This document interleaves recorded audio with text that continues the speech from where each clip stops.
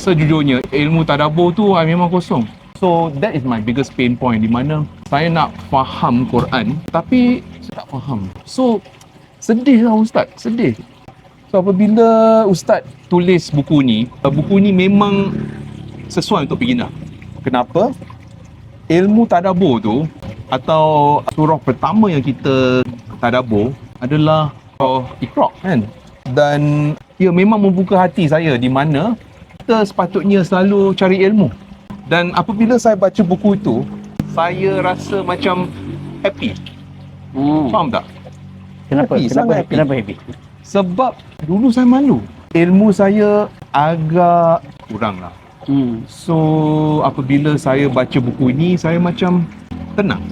Saya rasa seolah-olah buku ini ditulis untuk saya atau orang yang mula nak berjinak dalam ilmu agama. Sebab dulu semasa saya sekolah kan, main-main. Itu yang sedih tu. So sekarang ni, masa umur saya 20-an, 30-an, sibuk cari duit kan.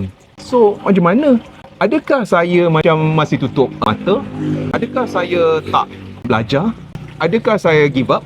So that's why apabila Ustaz ada projek ni, tak tahu kalau Ustaz ingat, apabila Ustaz ada projek ni, saya memang sangat encourage Ustaz. In fact, Ustaz tak nak tulis buku ni kan. Tak nak tulis buku. Lepas tu I cakap, jangan macam ni Ustaz, jangan macam ni. Tetap kita ada satu buku.